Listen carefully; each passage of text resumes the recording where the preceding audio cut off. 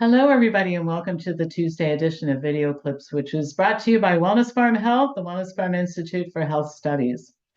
So, some announcements. First of all, the Winner's Circle is a program that will start in June. It's an accountability program, actually.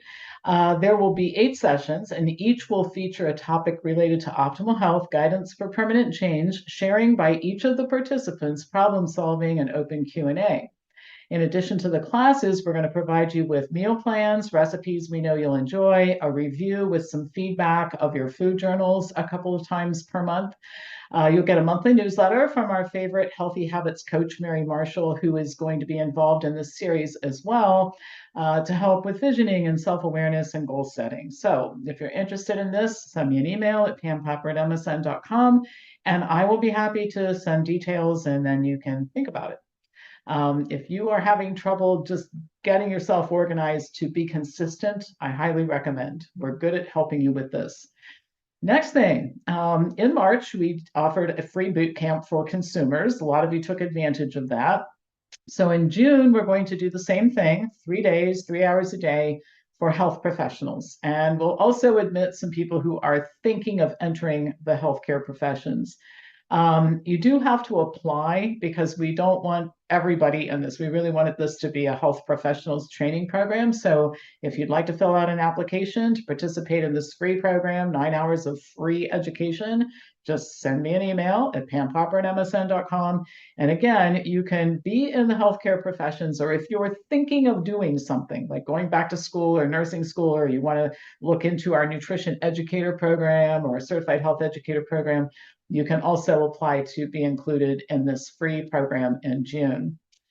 So now on to the topic du jour. I'm going to continue the discussion that I started a couple weeks ago about supplements. And I thought what I would do today is I received an email from a subscriber that asked some really great questions. So I just decided to use the email as the basis for today's video. And I had found a study I wanted to share anyway with you, or a case report, and it kind of fits into this. So my subscriber writes, what do you say about the fact that our food is loaded with pesticides and poisons and not as nutrient dense as it once was? Even organic food isn't the best anymore because of the pesticides used on crops and the crossover of the pollution from other farms. I purchase as much organic food as I can, and in the summer and fall, and then I grow some vegetables myself. Well, here's my response. Dozens of research articles, some of them are very recent, show that people who consume a plant-based diet comprised of all of this so-called terribly deficient food make full recovery from type 2 diabetes in a matter of a couple, 3 weeks. Advanced coronary artery disease, menopausal hot flashes have disappeared within just a few weeks. So this terribly deficient food that is supposedly without any value or little value at all is still curing disease when people adopt the right dietary pattern. So a key concept to learn if you're going to be a smart consumer of health information is that two things can be true at the same time. Farming practices should improve. I mean, it is perfectly legitimate to say we're destroying the planet and we're not very good stewards of the soil and all that stuff. So that's true. But the food is not as nutrient deficient as some people claim. The argument basically is used to sell supplements. It's an industry builder. It's not a truthful statement that the food is too deficient to nourish people. All right, so back to what my subscriber writes. She says, my cholesterol is high and nothing works to lower it as my body is producing it. I exercise most days. I don't drink alcohol or caffeine, and I stay away from sugar and white flour. She writes that she's taking supplements to lower her cholesterol, but her doctor wants her to take a statin, but she tried this once before and she had some serious side effects. All right, so here's my response. We work with new people every day who claim that they can't lower their cholesterol. Almost always they can, but they don't know how. An example of something that people generally don't know is a high-fat diet, wherever the fat is coming from, fish, olive oil, will elevate plasma cholesterol. A diet that includes more than 3 servings of animal food, which includes fish, can also contribute to higher plasma cholesterol levels. So what I would advise this person to do is to seek some assistance in getting to the bottom of this, because there's no evidence that statins or supplements reduce the risk of heart attack or stroke, even though both will often effectively lower cholesterol. There's no need to avoid caffeine unless you're caffeine sensitive or you just don't like it. And white sugar and white flour are fine for holidays and birthdays when you're allowed to have treats based on our food plan. My subscriber writes that she's taking B complex and vitamin C and vitamin D, and she's in New York and there's not much sun here. Well, vitamin C, when taken in pills instead of consumed in food, is a pro-oxidant, so best to rethink this. The B vitamins are useless. If you watched a previous video about this, I spoke about the fact that diseases like beriberi were cured with whole food, not with vitamin B supplements.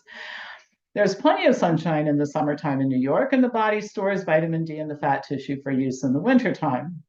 And this brings up a study that I wanted to share with you, or some information I wanted to share with you. I've been predicting for a long time now that this massive prescribing of vitamin D to the masses is causing harm, and we're just beginning to see the beginning of this. So, a case report was recently published in the British Medical Journal concerning a 25-year-old male who presented with hypercalcemia and acute kidney injury due to vitamin D toxicity. He had taken 50,000 international units of vitamin D per day for 7 months and had stopped taking it 2 weeks before presentation, and his serum levels remained at 126. 29 days after the last dose, his serum level rose up to 492, and 81 days after the last dose, his level was still at 274. This shows that serum vitamin D levels can remain elevated for months after high-dose vitamin D is stopped. It also shows that vitamin D is stored in the fat tissue, so accumulation may not show, at least not immediately, in serum levels. In one study, 29 subjects were randomly assigned to receive 20,000 international units of vitamin D3 or placebo once a week for 3 to 5 years.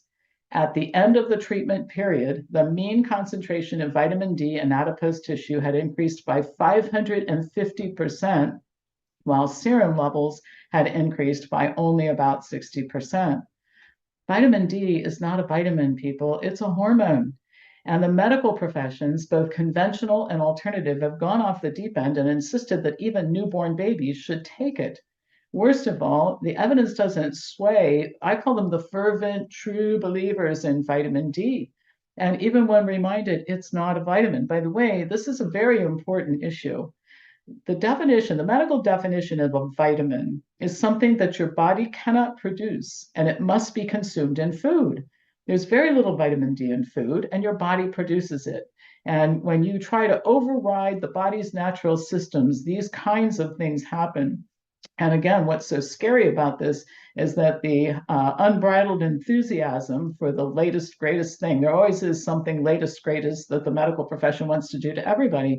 The downside of this is this is just the beginning. You mark my words, this is going to turn out to be a public health catastrophe, a real one, not like some of the ones that have been claimed to be catastrophes. This is going to be a real catastrophe. And it's not going to stop because you cannot get these people to stop once they start.